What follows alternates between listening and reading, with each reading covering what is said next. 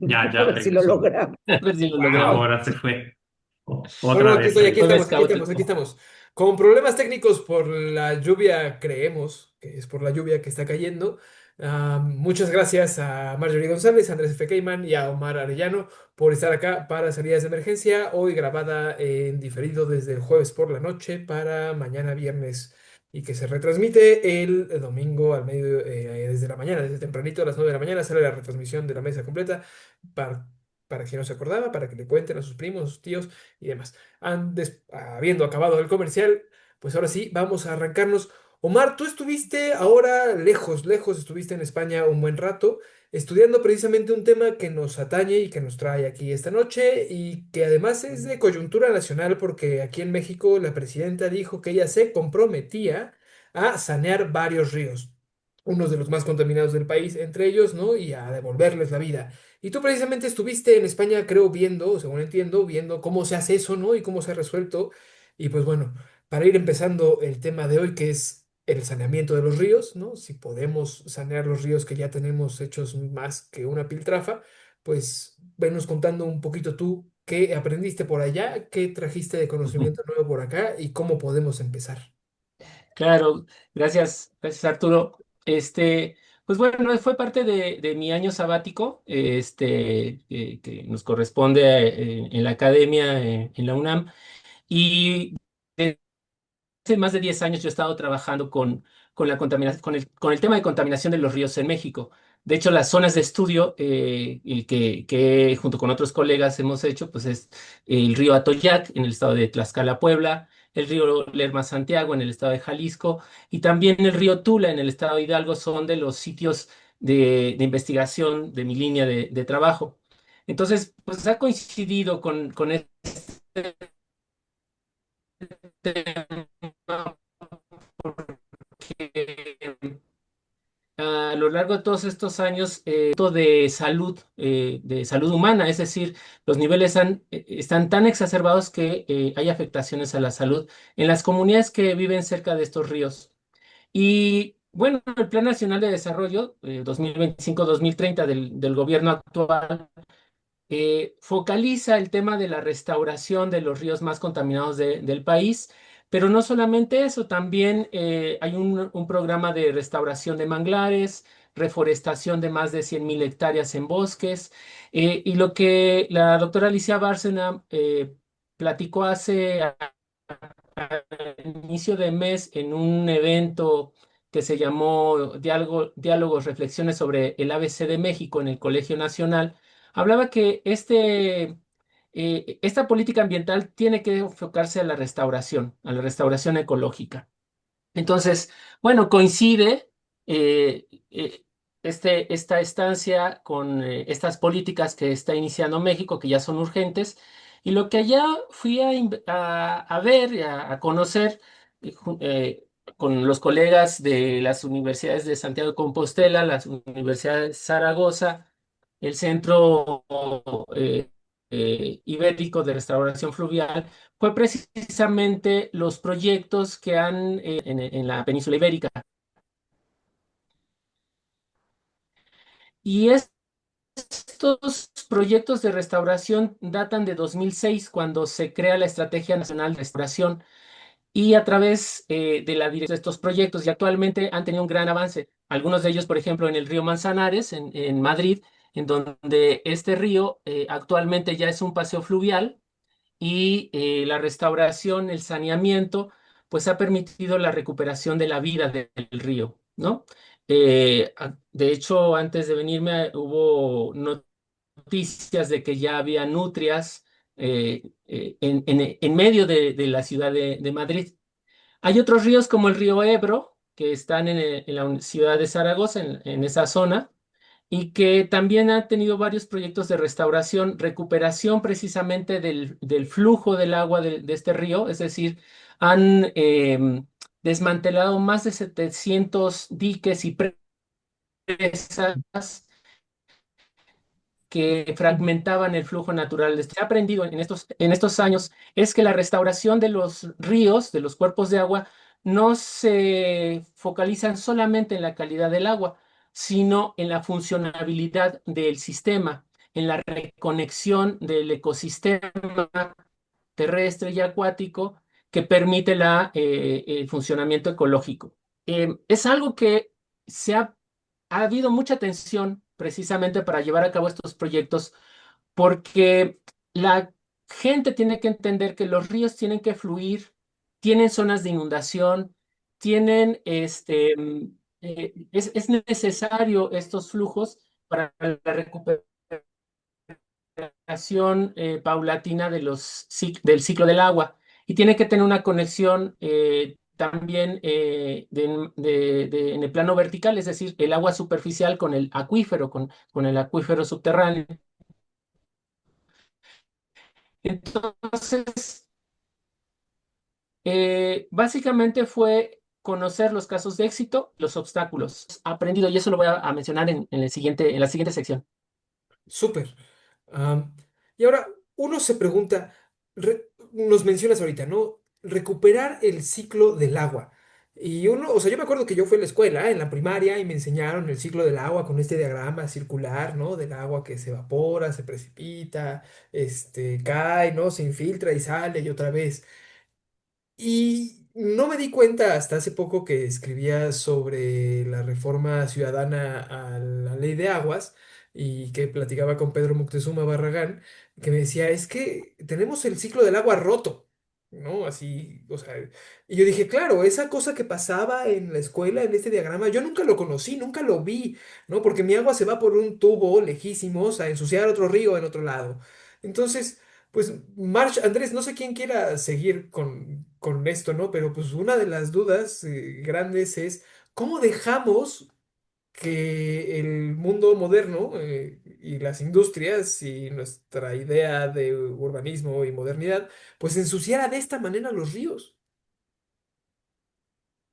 Bueno, no sé, yo considero que el ciclo del agua más que roto, lo que ha sucedido es que hay una sobreexplotación del agua potable o del agua que podemos tomar los seres humanos, que es muy poquita, es menos del 1%. Entonces, esa es la gran bronca. Y la otra gran bronca es, y que lo hemos dicho en otros programas, es que no dejamos recuperar los mantos acuíferos, por ejemplo, ¿no? O sea, la gran cantidad que ahora, en este momento de la noche y que mañana nos van a escuchar, pues esa gran cantidad de agua se va hacia el drenaje profundo y no va hacia el manto acuífero. Y entonces eso genera una gran problemática. El otro punto que a mí me gustaría mucho enfocar es, bueno, es cierto, es necesaria la restauración.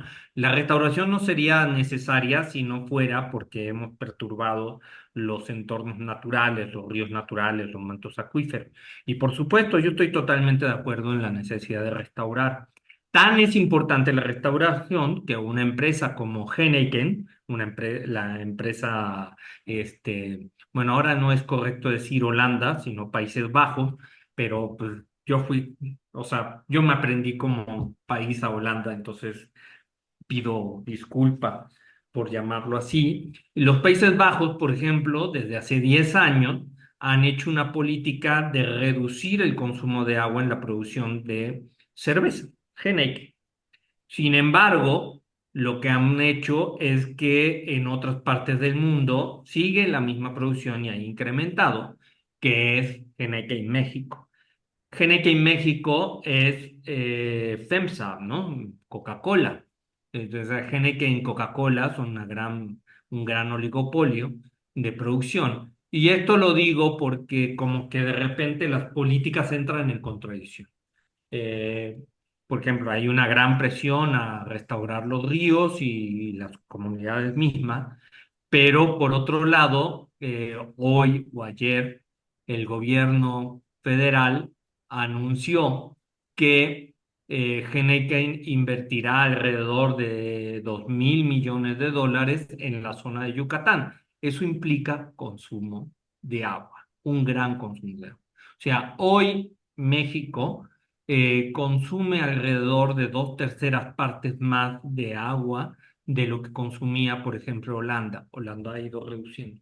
Entonces, si no protegemos nuestros propios recursos, corremos el riesgo de que los programas de restauración no lleguen a ser tan efectivos, ¿no? O que tengamos que desarrollar más programas de restauración porque el consumo de esta gran cantidad de agua para bebidas, tanto de refrescos, tanto de cerveza e incluso de agua potable, porque ahora está muy de moda comprar botellitas de agua, sea muy grande. Entonces, es un gran dilema en el cual nos encontramos, ¿no? Mm.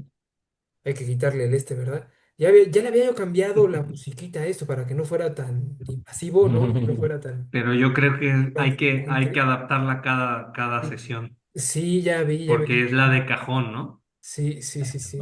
Pero bueno, Igual yo ya estoy acostumbrado. es bueno saberlo. March, pues eso, que además de reducir el consumo y empezar a restaurar los ríos, ¿qué más tenemos que tener en mente para tener agua? Pues un tema muy importante sí tiene que ver con las dinámicas industriales y que, por ejemplo, en el caso de la Ciudad de México, bueno, la Ciudad de México desde que llegaron los españoles empezó a pelear con el agua, ¿no? Porque nunca entendieron la manera en que la gestionaban los pueblos prehispánicos. Pero en realidad o sea, tuvo muchas inundaciones, pero esto se agudizó ya con la industrialización y la urbanización, porque todas las descargas de las fábricas y de las viviendas fueron a dar a los ríos. Y una cosa entonces le dimos la espalda a los ríos y la zona lacustre de la ciudad, y una cosa que no estaban contaminadísimos y entonces se pensó que la solución era entubarlos porque eran focos de infección. Y entonces es pensar que los ríos que atraviesan nuestras ciudades no son drenajes, ¿no? Son sistemas vivos, son socioecosistemas que además esos cauces hacen muchísimas cosas, pero fíjense ahora, eh, por un lado se les trata como drenajes y por otro se les asfaltó. Vean esta lista: Río Consulado, Río Churubusco, Río de la Piedad, Viaducto, Canal de Miramontes, Canal de la Viga, Río Becerra, Río San Joaquín, Río Miscuac, Río Barranca del Muerto, Río San Ángel. ¿Son calles o son ríos? Bueno, pues eran ríos y se volvieron vialidades, ¿no? Entonces son como dos cosas que produce esta forma de urbanización. Por un lado, la contaminación al usarlos como drenaje, y por el otro, llenarlos de cemento para que encima les pasen carros. ¿Y qué es lo que perdemos entonces? Los ríos infiltran, ¿no? Y purifican el agua, permiten que haya bosques y vegetación riparia, regulan la temperatura, capturan contaminantes atmosféricos, ¿no? Metales pesados, capturan polvo, son indispensables pues para la biodiversidad, y al mismo tiempo la biodiversidad también ayuda mucho a los ríos, ¿no? Los castores en unos lugares, los lobos, por ejemplo, en Yellowstone, hay una dinámica de la propia biodiversidad que permite que los ríos, por ejemplo, se ralenticen, ¿no? Lo que hacen los castores permite que no te venga eh, una cantidad de agua de fregadazo en una lluvia muy copiosa. Y entonces, todo esto, y además la vida social, es que es increíble que en la Ciudad de México no podamos caminar junto a un río limpio, ¿no? Cuando es algo que en muchísimas ciudades, sobre todo en los países digamos, que no están en la periferia, se puede hacer que tú puedas caminar, tomar un café, eh, poner una mantita y comerte un sándwich en la vereda de un... Todo eso lo hemos perdido para que por encima pasen los carros, y lo que tenemos que pensar es esta forma de urbanización que nos ha quitado algo tan valioso como los ríos. Siempre he pensado que la modernidad hizo que quitáramos las estrellas de los cielos, ¿no? Y las llenáramos en nuestras ciudades y en nuestras paredes, y que precisamente en la Ciudad de México nos llevó a cambiar los ríos de agua viva por ríos de carros que producen gas y contaminación y ruido, ¿no? Porque eso es lo que son ahora. Omar, ahorita hablabas de, ay, aquí lo tenía apuntado, la reconexión de los ecosistemas, ¿no? Y eso suena como algo como de Sí. que hay muchos y eso, y juegan papeles muy importantes, como nos estaba contando ahorita March con los castores y demás, ¿no? Este, Sí. bueno, más bien ya te dejo a ti el solo para que nos digas qué onda. Sí, bueno, cuando hablamos de reconexión de los ecosistemas es que el río no es un ente aislado, está conectado con el bosque que está acompañando a este río, este cauce. Pero no solamente eso, sino también con los bosques que están bueno, todo río forma una cuenca hidrológica que es como una olla, ¿no? Entonces, la conexión que hay de los bosques más altos con el río es muy importante porque se van formando pequeños flujos, condensación de agua, pequeños flujos que van alimentando el cauce central. Entender la visión de Cuenca como una parte importante de la restauración es muy importante. Y cuando hablamos de restauración, no hablamos de restaurar un río como lo teníamos antes de degradarlo o primigenio, sino es más bien la acción de recuperar el funcionamiento ecológico del sistema. Se puede hablar de rehabilitación, de restitución, de recambio, pero bueno, de manera general es restauración. Y una cosa bien interesante con el contraste que voy haciendo con lo que se hace aquí en México es que, primero que nada, la Conagua es quien muchas veces se debería de encargar de vigilar que no se contaminaran estos cuerpos de agua porque son de la nación, los ríos son de la nación y los ríos además son responsabilidad de la federación a través de la Conagua. Entonces, ¿qué es lo que hace la Conagua cuando en estos proyectos quiere sanear el río? Es que se enfoca solamente en el agua. Entonces dicen, vamos a desasolvar para incrementar el flujo de agua. Desasolvar es retirar todo el sedimento que hay en los ríos, eliminando todo lo que el río tiene, que es parte del río, son las rocas, el material que está moviendo. Muchas veces hacen encajonamientos con concreto, es decir, por ejemplo, en la restauración del río Tula, pusieron unas paredes de concreto eliminando todo el bosque ripario, o sea, todos los árboles que estaban acompañando el río. Y la otra es plantas de tratamiento. Vamos a poner plantas de tratamiento para que éstas depuren el agua. Pero les resulta que la planta de tratamiento que instalan es para aguas residuales domésticas cuando el problema es de aguas residuales industriales, ¿no? Entonces, estas plantas no funcionan y además los municipios se endeudan porque el consumo de energía es brutal. ¿Qué es lo que han aprendido nuestros hermanos de la península ibérica, los españoles? Que el río la restauración del río no es solamente restaurar la calidad del agua. Se tiene que restaurar el caudal hídrico, que es el agua, el caudal ecológico, que es el ecosistema, el caudal económico, porque los ríos también pues, son motores de economía, y el caudal cultural. Es decir, que ellos sufrieron lo mismo que nosotros hace 20 años, hace 30 años. Es decir, le daban la espalda a los ríos, le daban la espalda a todos a estas funciones que tenían los ríos en las ciudades. Pero actualmente la visión es distinta, es acercarnos al río, buscar reconectar con el río en diferentes formas. No ha sido fácil, son varios años, pero lo que sí se ha podido aprender es que la visión tiene que ser más amplia y que no se trata de mejorar la calidad del agua para después utilizarla para riego o para abastecer de agua potable.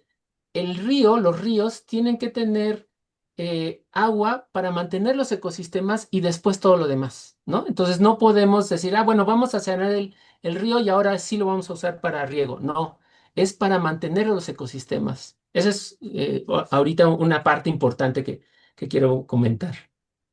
mantener los ecosistemas y luego todo lo demás, ¿no? Exacto. Eso me parece una frase bastante poderosa y que creo que es muy importante. Como en muchas de las emisiones que tenemos, pues van saliendo los sospechosos de siempre, ¿no? Y como los causantes de siempre. O sea, ahí están las industrias y ahí está la gente que quiere ver el agua no como principalmente pues, una cosa que causa ecosistemas y que causa vida, sino como una mercancía o como un peligro y como algo que hay que domar.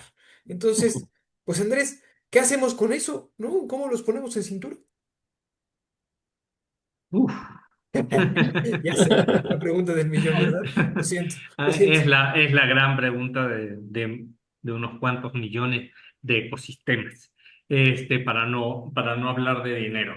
Pues yo creo que, en primer lugar, hay que ir cambiando la forma en cómo vemos la naturaleza, cómo vemos nuestro entorno. O sea, yo creo que lo que acaba de decir Omar es muy relevante en términos de que, bueno, hablamos del ecosistema y de la importancia de conservar el ecosistema para conservar todo lo demás.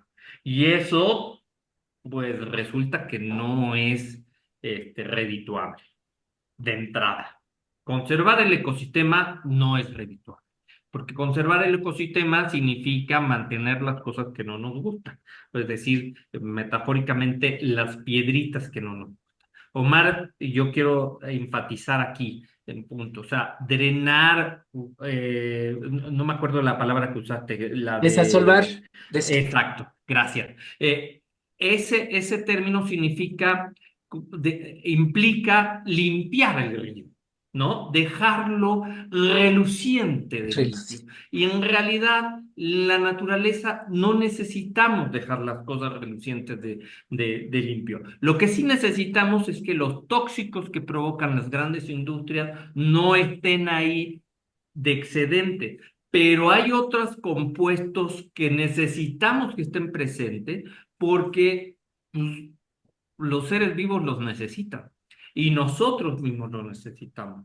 Y la dinámica del propio río, o sea, es decir, si nosotros desasolvamos, limpiamos, dejamos pulcro, pues, por ejemplo, el cauce del río se va a cambiar, se va a modificar. De hecho, incluso cuando ocurran las grandes lluvias, se va a inundar de determinada forma que nos va a afectar a nosotros. Entonces, es cambiar la perspectiva en términos de que lo ultra limpio, lo ultra purificado tampoco es necesario. La naturaleza está ahí, necesita también un poco de suciedad, por decirlo de alguna manera. O sea, estoy usando una metáfora, ¿no? Y entonces, resulta que esta pulcritud que buscamos, esta cosa de que no necesitamos nada de nada, necesitamos poner a los ríos y ponerles al lado cemento, para poder caminar al lado. Es un error, es una visión. Y creo que esto es lo que necesitaríamos empezar a comunicar los biólogos. Los biólogos necesitamos empezar a comunicar que también lo que consideramos negativo o poco saludable, a veces sí es saludable. Se habla mucho de ecosistemas, a mí me molesta mucho porque, por ejemplo, hablan de ecosistemas mediáticos y en realidad ecosistema significa, por ejemplo, sistemas ecológicos. Y los ecosistemas como tal no son sistemas perfectos, son sistemas en dinámica que están permanentemente cambiando y que necesitamos entenderlo, necesitamos cuidarlo para precisamente cuidarnos a nosotros. Mm. Hay que cuidar los ríos para cuidarnos a nosotros. Puras frases acá bien poderosas se están aventando. La noche les Estamos cae bien, inspirados. ¿verdad? El jueves en la noche nos Sí, inspira. además hay una luna llena, bueno, ayer la luna estaba poderosa, ¿no? Y Exact- preciosa, y me imagino que hoy si se abre el cielo después de la lluvia, se va a ver una lluvia brutal. Exactamente. Exactamente. Pues March, entre tantos ánimos, ¿no? Y entre tantas ganas de poner lo que es verdadero al frente, ¿no? Y lo que es bello y lo que es bueno, pues entonces, ¿en qué más nos tenemos que fijar? Las salidas de emergencia. Pues para empezar, que la planeación urbana debe dejar de conceptualizar a la ciudad como algo contrario a la naturaleza, ¿no? Pero efectivamente, como dice Andrés, pues eso no es redituable y sin embargo eso es indispensable para sobrevivir. Entonces, eh, yo creo que yo estuve revisando como los casos que están funcionando y en otros países, y pues es lo que señala Omar, ¿no? O sea, por ejemplo, en China están haciendo esto de las ciudades esponja, que no es otra cosa que recuperar los humedales, es decir, aquí tendríamos que salvar a Xochimilco, Cuatláhuac, Milpalta, toda la zona chinampera y toda esta zona lacustre, y eso tendría que ser clave para pensar a la sobrevivencia de la ciudad para los próximos décadas y siglos, ¿no? No es fácil el asunto de la restauración porque tú vas siguiendo el cauce y de repente aquí ya hay un edificio, aquí ya lo asfaltaron, por aquí pasa una avenida, este cacho está entubado. Eso es algo que pasó, por ejemplo, con el intento del rescate del río Magdalena. Ujú. Sin embargo, pues sí están todas estas experiencias también en España, de las que nos está hablando Omar, con los Países Bajos, ¿no? De poner también este asunto de cambiar el asfalto por zonas de materiales que sí permitan que sea permeable, planear, nunca se planeó, nuestras ciudades nunca se planearon ninguna, ni la de Guadalajara, ni Monterrey, ni León, ni nosotros. Este, y entonces es decir, bueno, ¿hasta dónde se limitar el crecimiento de las ciudades? ¿Cómo se emplea el espacio urbano donde efectivamente la preeminencia sean los ecosistemas, y la calidad de vida de los habitantes y no los negocios inmobiliarios? Yo estoy peleada con los negocios inmobiliarios. Será porque casi siempre paso por la Roma de la Condesa y me choca. Este, y entonces están y bueno, hay muchas ecotecnias, ¿no? Presas de gavión, hacen presas como las que hacen los castores, se permiten los meandros, ¿no? Los ríos no van rectos, tienen que dar vuelta y gracias a eso entonces no llevan tanta velocidad.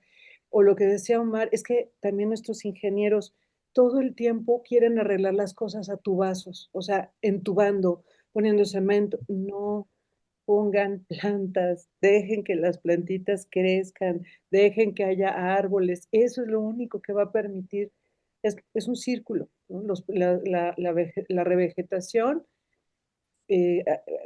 hace que haya ríos y los ríos hace que haya vegetación.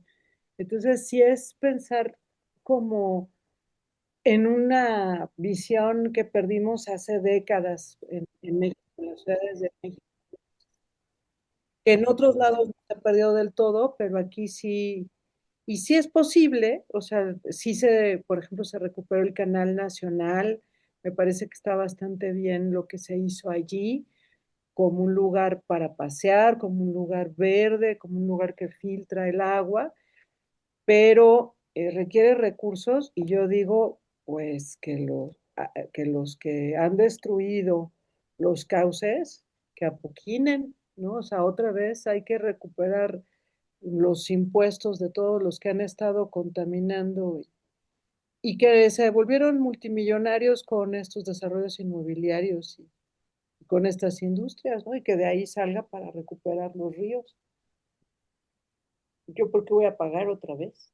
Secundo, secundo completamente.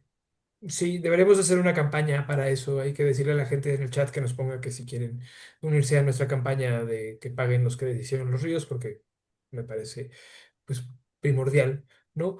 No sé si quieren echarse una última ronda de conclusiones. Sí, ¿verdad? Sí, ¿Va? sí, sí, sí. Vale. Sí, Entonces, porque yo quiero comentar que, por ejemplo, también en esta semana se anunció que el río Santa Catarina en Monterrey, por ejemplo, va a ser un área de conservación y va a estar muy estricto el cuidar este sistema. Entonces, Yo lo que percibo es que en los últimos años hay mucho más gente interesada en recuperar los ríos. Desafortunadamente, a veces caemos en falsas expectativas, por ejemplo, y esto lo quiero decir a la audiencia, hay un movimiento de colectar cáscara de huevo y aventarlo al río Lerma. Eso no va a solucionar el problema. Eso no es una solución. Eso es una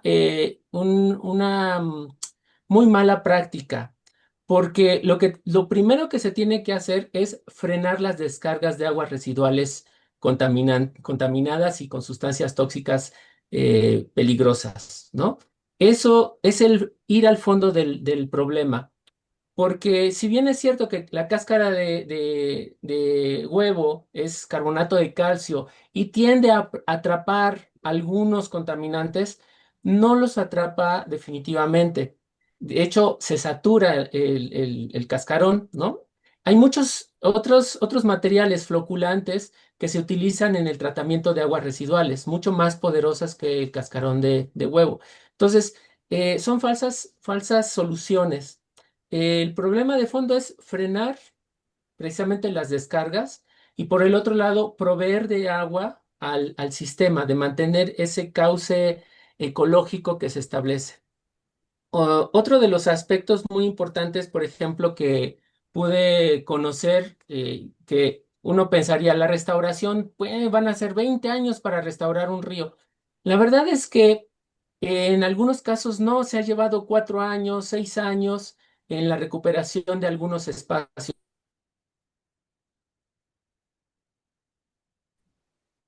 O sea,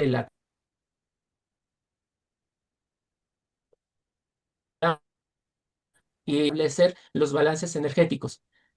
No sé si se cortó mi... Sí, un poquito. Te iba a decir que si podías repetir esta última idea, ¿no? Ajá. Sí, de que la recuperación puede ser rápida siempre y cuando nosotros eliminemos las presiones y lo que lo está contaminando. Hay recuperaciones de menos de 4 años, de 6 años, y eso es porque una vez que tú frenas estas presiones, la naturaleza, que es muy poderosa, puede recuperarse a sí misma. De hecho, hay una restauración que le llaman pasiva, es decir, no le hagas nada. La naturaleza sola va a recuperarse, no tienes que hacerle nada, ¿no? No le metas Solamente la mano, no le carnal. metas la mano y detén lo que lo está afectando. Eso es algo que tenemos que aprender. Y la otra cosa muy importante es que obviamente la ley de aguas nacionales es una ley obsoleta que impide precisamente actuar de manera eh, más, ¿cómo te diré? Más, con una visión más de justicia y de derechos humanos. Una de las cosas que sí no tiene España, pero que sí tenemos en México, es que los pueblos originarios y las comunidades en México se están movilizando para restaurar estos ríos. O sea, están exigiendo la recuperación de los ríos y se están exigiendo el derecho humano al agua y al saneamiento. Y eso nosotros lo vemos en las comunidades que están en las cuencas del río Atoyac, del río Tula, del río Lerma Santiago. La política ambiental de la 4T, de 2.0, ¿no? De la presidenta Claudia Sheinbaum, de rescatar estos ríos, no es porque se le haya ocurrido, es porque la movilización social ha llegado a tal punto que ha exigido que eso se ocurra. Entonces, eso es una de las, vamos a decirlo así, algo que nos distingue a México, que hay una gran voluntad social para recuperar estos espacios. Entonces, yo creo que tenemos mucha esperanza de poderlo hacer, pero se tienen que tomar las decisiones correctas, basadas en ciencia, no solamente en que, ay, pues voy a ponerle un tubo o voy a desasolvar, ¿no? No, no, hay que hacer realmente un trabajo de intervención que además le demos seguimiento, tengamos indicadores que realmente busquen identificar que está recuperando. Ya nada más para cerrar. Lo que siempre hemos dicho para las cuencas del Atoyac, del Lerma y del Tula, tenemos que frenar la expansión industrial, es decir, hacer una veda industrial en estos sitios en tanto no se recupere la calidad de estos ríos, ¿no? Es decir, las industrias que están ahí, pues ya están, pero ya no más industrias en estos centros, en estas cuencas, ¿no? Hasta ahí les cierro. Súper, pero esto no le va a gustar a la gente que le gusta que crezca el Producto Interno Bruto, ¿no? Y que se preocupan por las inversiones extranjeras. ¿Y qué va a pasar con los empleos y luego las deudas? Y no, no, no va a haber dinero. Y entonces, estas son locuras, Omar Arella. No, no es cierto. Bueno, esto diría mucha gente, ¿no? Sí. Este, Andrés, pues, ¿cómo Yo creo seguirle a la locura? yo creo que tenemos que fijarnos menos, perdón, en el Producto Interno Bruto y más en la salud ambiental de la gente. Y eso es fundamental. Y creo que tenemos que justamente y aprovechar, como acabo de comentar, o sea, México y el resto de Latinoamérica tienen una gran ventaja sobre otros países que tenemos movimientos sociales ambientalistas muy fuertes, arraigados en la conciencia comunitaria. Y yo creo que eso es una de las cosas que tiene que aprovechar la 4T, la conciencia ambiental comunitaria que tenemos, de movimiento de las propias comunidades que genera y contagiarlos, por usar un término médico, contagiarlos hacia las zonas urbanas. Se comenta por ahí que es imposible restaurar los ríos de la gran urbe metropolitana. Y yo no hablaría solamente de la Ciudad de México, sino hablaría de Guadalajara, de Monterrey, de Guanajuato. Yo creo que sí es posible.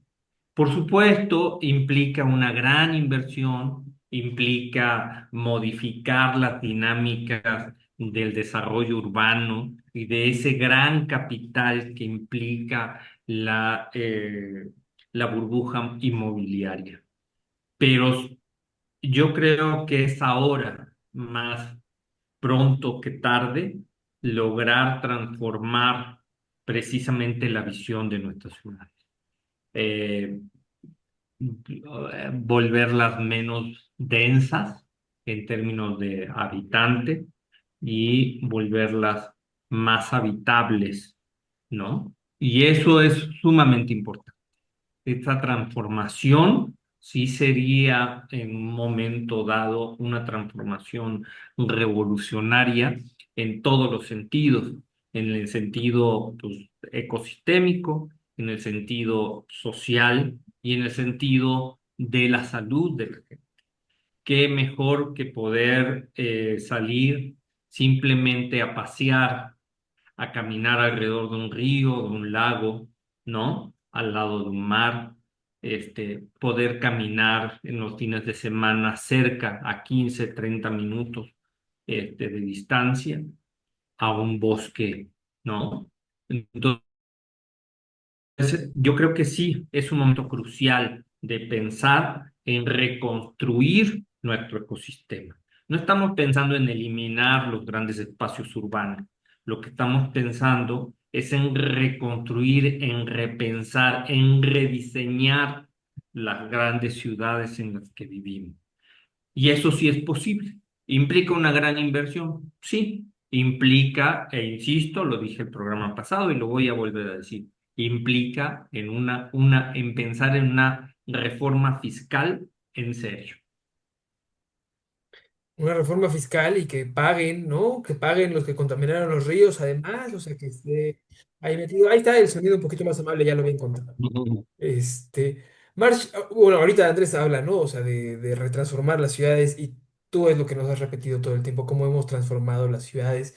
Y a veces, una vez un amigo me preguntó que si había visto la película esta del Inception, ¿no? Que en la que doblan las ciudades y así, ¿no? Y que son como ciudades imaginarias que construyen el sueño del sueño del sueño. Me dijo, si tú tuvieras una ciudad así, ¿cómo sería? Y yo dije, pues sería como la Ciudad de México un poco, ¿no? Así, con sus edificios coloniales y estaría llena de acequias y de canales y de ríos, ¿no? O sea, me gusta la ciudad un poco como es, ¿no? Que hubiera más banquetas y que hubiera más banquetas con acequias. Y entonces uno piensa, ¿cómo puede ser esto posible? Y me acuerdo que la gente de Texcoco han hecho muchos humedales para limpiar las aguas y reutilizarlas, ¿no? Y digo, bueno, pues podríamos empezar teniendo un humedal por colonia con un parquecito por colonia, ¿no? Y que se alimente de las aguas que le echamos, no sé, o sea, como que digo, bueno, vamos buscando soluciones. March, para terminar, ¿tú qué te has imaginado de esto, no? O bueno, ¿cuáles son tus conclusiones? Justo mi colonia no tiene parque, ¿no? O sea, no tenemos verdulería y no tenemos parque. Y eso ya te habla mucho de cómo vivimos, ¿no? Esta ciudad de concreto. Pero sí, pues es posible hacer muchas obras y además atreverse a pensar no en cosas pequeñas, ¿no? O sea, Bilbao era una ciudad donde había astilleros y toda la zona alrededor del río era horrenda, ¿no? Industrial, llena de metal, de contaminantes. Y ahora vas a ese río en Bilbao y es la zona más nice, todo es verde, ¿no? Son parques y bosques alrededor. eh, y luego, creo que se me fue el internet. Ya regresé. No, no, todo bien, todo Vemos, bien. No, vemos. no, no, estás muy bien. Sí. Y bueno, ahí está el Guggenheim, ¿no? Por ejemplo.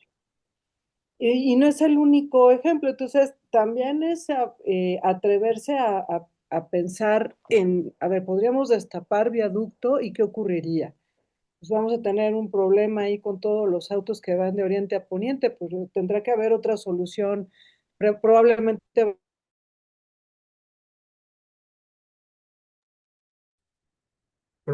Probablemente ahora sí se le fue.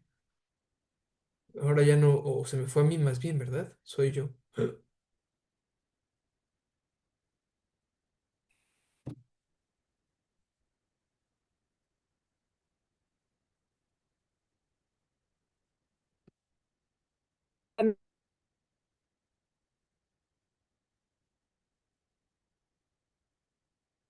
Marjorie, Ah, ya, ok, se cortó. ya regresé.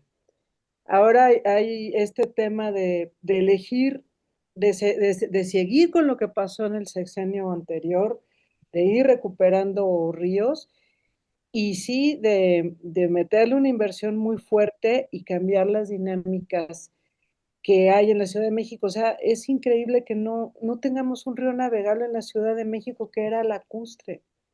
O sea, ¿por qué no puedo moverme en lanchita dentro de la Ciudad de México? El Y sueño, ahorita suena una locura, ¿no? Pero es que esta es el un lago, sueño. están lagos, o sea, ¿por qué no puedo viajar en una lanchita, o excepto en Xochimilco, ¿no? Pero tendría que poder viajar, por ejemplo, en viaducto, ¿por qué no? Entonces, yo creo que es, por un lado, sí atreverse a pensar las cosas de manera muy diferente, y luego pues cobrar los impuestos que se le tienen que cobrar a estos canijos que degradaron nuestros espacios de vida y que además no pagan por ello, ¿no? Yo creo que es por ahí y prevenir, porque zonas como el Istmo, que ahora está toda esta industrialización pensada, ¿no?